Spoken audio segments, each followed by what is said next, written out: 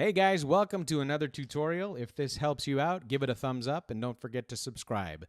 I'm going to show you how to create in-ear count-ins or band cues from scratch using a microphone, and then I'll show you how to slice it up, and then I'll show you how to create a track that'll fire them off.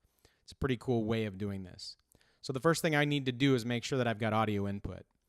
I have an audio track. I've set it to the input of channel 1, which is a XLR input on my sound card, and I have monitoring off so I don't hear the background echo, and you can see that it's receiving, so it will record, and I've armed the track. Now, just for the sake of arrangement, I'm going to move to arrangement mode, and I'm going to go ahead and just start recording. Now, I don't need to do this in time or in tempo unless I have the click going into my ear and I want to be in tempo. But I don't need to be. So I can just say the words I want to say that are going to be the cues in the songs. So let's go ahead and do this. I'll fire it up. So we're going to say intro. 1, 2, 3, 4, 5, 6. Verse. Chorus. Bridge. Breakdown. Etc. So now I've created all of these different cues, and they're all part of one audio clip. So what we have to do is break this down and slice it up. If you notice, you come down in here. Oh, it didn't capture intro. Let's do that again. Okay, so we didn't get intro. Let's go ahead and just get it again. Intro. All right, that works better. I'm going to move into this, and I'll turn the resolution in the track down to off so I can get as close to this as possible. And I'm going to split this clip. That's Command E.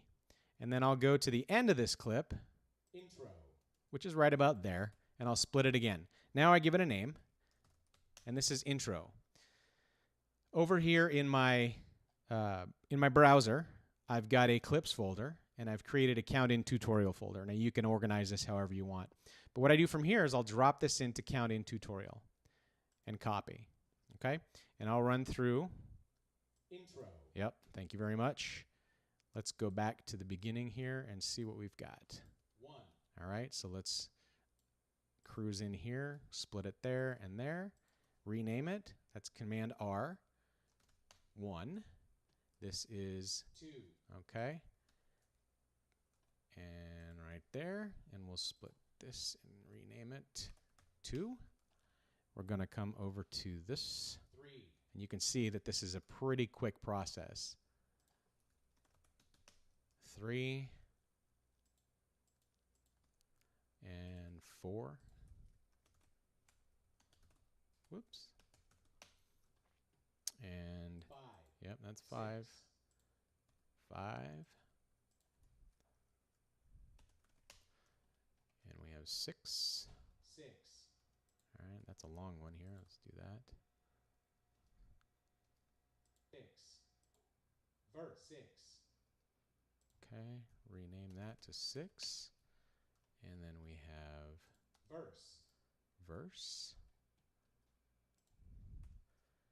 We'll rename that verse. You can see chorus.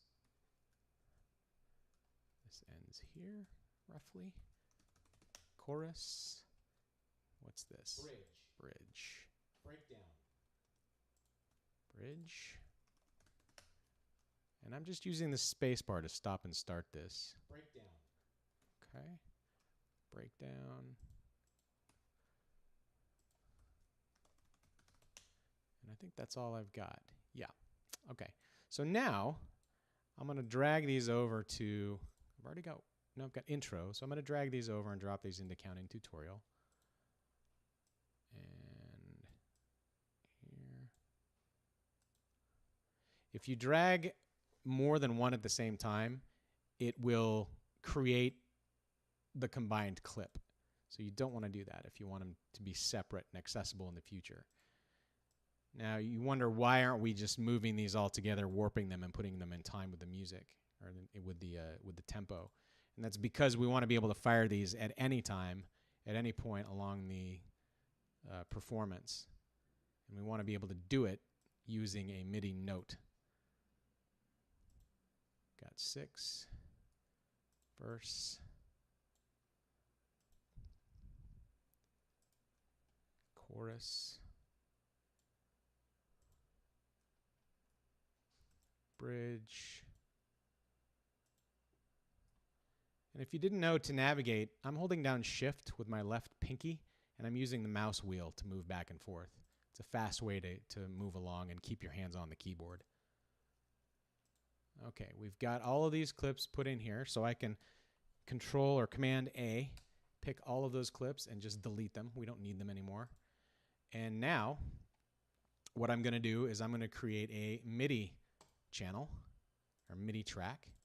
And here's the fun part. Go over to the instruments and drop a drum rack onto your MIDI track. Now, scroll down to C-2. You can use basically any spot you want. And we're going to systematically drop these clips back onto, in whatever order you want. We can drop this one here. And here's 2. And you can see it brings in a different name. It brings in the name of the underlying audio file, the underlying wave, because we're addressing just this slice, but the actual wave file, which we created, is the entire session where we counted out through everything. So I may have to come back here and rename these things. Command R and call it 1. Command R 2, etc., and so on. Right? So here we go with 3 and 4 and 5, 6, right? 3, 4, 5, 6. Okay, let's put intro in. And maybe verse. And of course, your song structures are going to determine what you're going to trigger, but you'll want to set up a drum rack with every cue that your band ever uses. That way you have one drum rack that you always load. Now I can save this particular drum rack into my presets and always have this at my fingertips. Now, if you extend the chain right here, you can see that all of these have a name. And I want to make sure that Show Names in MIDI Editor is checked off. If I don't, I won't know what I'm addressing when I'm looking at a clip. So go to your drum rack and insert a MIDI clip. And if you look on that MIDI clip, you'll see, we're at 1/16, let's go to 1/4. You'll see that the only options are the chains that you created, are the items that you dropped in. If you click preview here, 4, 3, 2, 1, 6, 5, verse, intro. So what this allows you to do is drop clips in. Let's make this a 8-bar measure just for the sake of argument here. And we're going to create a, let's do a two-bar count in. So we'll do, it ends at 3 and it's 2 bars long. So we're going to delete this and we're going to start with 1, 2, 1, 2, 3, 4. Got it? All right, so now when I play this clip, 1, 2, 1, 2, 3, 4. Boom, and the song starts. Of course, I'm going to turn looping off. I don't want that to loop. But I am now able to bring this drum rack, which I can give a different name. I can call it band cues. I can bring this into any piece that I'm doing. Any Ableton set can use this, and it will always be the same. When I get to the intro, maybe I want it to say 1, 2. Instead of 1, I want it to say intro here. Intro. So it'll sound like this. 2, intro, 2, 3, 4. Right? When it moves along throughout the song and it gets to the verse, you can simply plug in a MIDI note where the verse is. Verse. And you'll hear verse.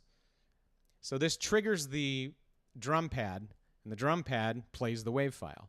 And that's the easiest way I've found to create live cues on the fly. And this everybody will hear in the band when they have in-ears. And so it's critical at this point that you have the audio for this track going to the correct out. So if you have multiple outs on your sound card, you want to send this to a specific channel, maybe 3 or 4 or 6, whatever you want to send it to, just as long as it's being sent out of its own channel. And this will be routed through your console in the back of the house and then delivered to your in-ear monitoring system. Or this could be, for instance, you could do 1 and 2. Let's configure the outs. Audio output config.